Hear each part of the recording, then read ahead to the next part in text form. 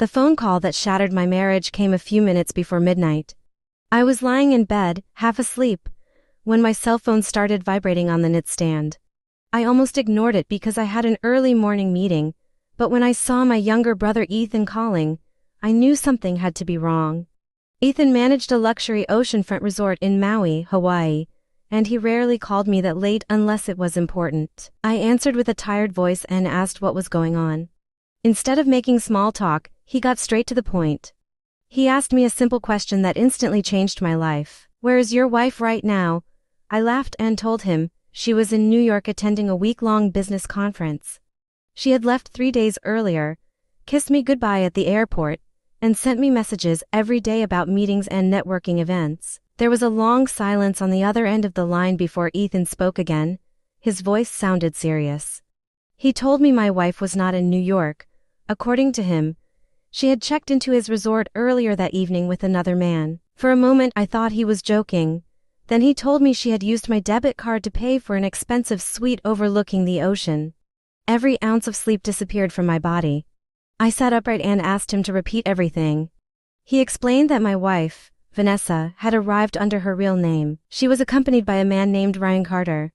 The two had checked into one of the most luxurious rooms on the property. The moment Ethan mentioned Ryan's name, a sick feeling settled in my stomach. Ryan was one of Vanessa's co-workers. She had talked about him often over the past year. Whenever I asked questions, she brushed them off and said they were just colleagues. Suddenly all those conversations felt different. My brother offered to send proof if I wanted it. I told him yes. I needed to know the truth, no matter how painful it was. That night I never went back to sleep. I sat alone in the dark living room staring at the wall while memories replayed in my head. I thought about the late nights at work, the sudden business trips, and the time she became defensive whenever I mentioned Ryan. Looking back, the warning signs had been there all along. I simply chose to trust the woman I loved. Around sunrise, my email notification sounded. Ethan had sent several photographs from the resort security cameras. My heart dropped as I opened them. In one picture, Vanessa was laughing while holding Ryan's hand beside the pool. In another, they were embracing near the elevators. The final image showed them kissing. There was no misunderstanding left. No explanation could change what I was seeing.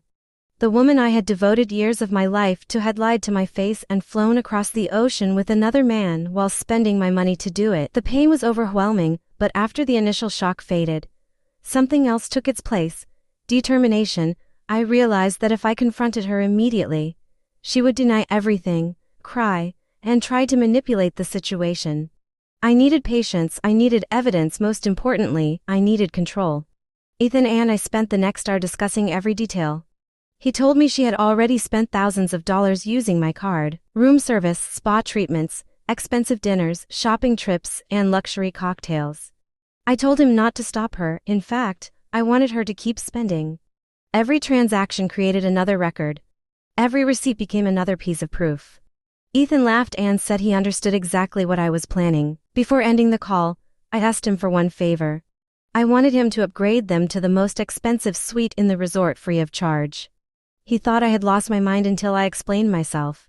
I wanted her to enjoy one final night living in a fantasy before reality came crashing down. The following morning I called my bank. The representative asked whether my card had been lost or stolen. I paused for a moment before answering. In a way, it had been stolen. My trust had been stolen, my marriage had been stolen. My future had been stolen. I instructed them to freeze the account immediately. Within minutes the card became useless. Then I waited. A few hours later Ethan sent me a message that made me smile for the first time in days. Vanessa had attempted to pay for drinks beside the pool. The transaction was declined. She tried again, declined. She contacted the front desk demanding answers. She was informed that all payment methods connected to the reservation had been deactivated. According to Ethan, panic appeared on her face almost instantly. Not long afterward my phone rang. Vanessa was calling. I stared at the screen for several seconds before answering. Her voice sounded nervous. She said there was some kind of banking problem and asked me to call the bank immediately. I calmly asked how New York was treating her. The silence that followed was almost amusing. She stumbled over her words and asked what I meant. I told her Ethan said hello. Then I mentioned the presidential suite in Hawaii. The panic in her voice intensified. She realized the secret was out. She started talking quickly, claiming things were not what they seemed. She insisted there was an explanation. I stopped her. I told her I knew exactly where she was, who she was with, and how much money she had spent. For several seconds she said nothing. Then she begged me to reactivate the card because she had no way to pay the bill. I asked where Ryan was. She admitted he could not help. At that moment I understood everything. The man she risked our marriage for was already proving he could not be relied upon. I ended the conversation without giving her what she wanted. The next day the situation became even worse for her. Ethan informed me that Ryan had disappeared before sunrise. He packed his belongings, checked out, and left her behind without paying a single dollar. Apparently the romantic getaway was only enjoyable while someone else was funding it. Once the money disappeared, so did he. Vanessa found herself stranded on an island with mounting hotel charges and no partner willing to stand beside her. Meanwhile, I spent my time taking practical steps. I met with my attorney and began the divorce process.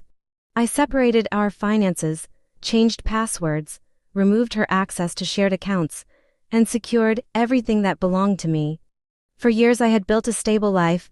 I refused to let one person's selfish decisions destroy it. Vanessa eventually returned home several days later.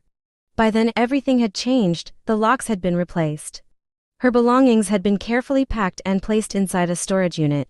I left a note explaining where she could find them.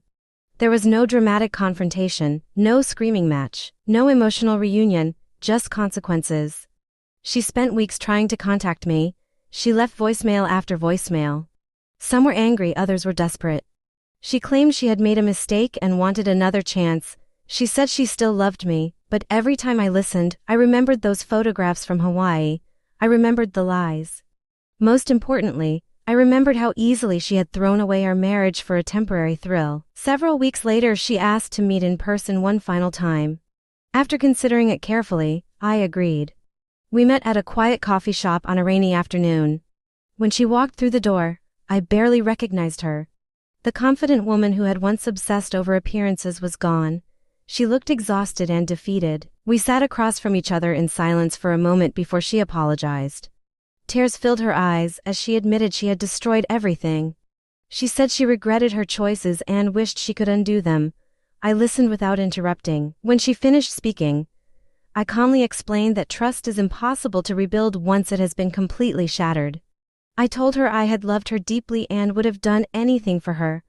But love means nothing when honesty disappears. Before leaving, I slid a folder across the table. Inside were the finalized divorce documents. She stared at them with trembling hands. Then she looked up at me and asked whether I hated her. I thought about the question carefully before answering. The truth surprised even me. I did not hate her anymore. Hate requires emotion, and I had already spent too much energy on someone who no longer deserved it. What I felt instead was acceptance. I had accepted what happened, accepted who she truly was, and accepted that my future no longer included her. I stood up, wished her well, and walked out of the coffee shop without looking back. As I stepped into the fresh air, I felt lighter than I had in years. The betrayal that once consumed my thoughts no longer controlled me. Vanessa eventually moved away and started over somewhere else. I honestly do not know much about her life now, and I no longer care. My focus shifted toward rebuilding my own future. I reconnected with friends, invested more time in my career, traveled, and slowly rediscovered the peace I had lost. Looking back, I learned something important.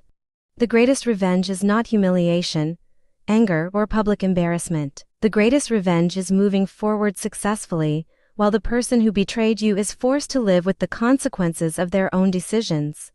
In the end, I did not win because Vanessa lost. I won because I refused to let her betrayal define the rest of my life.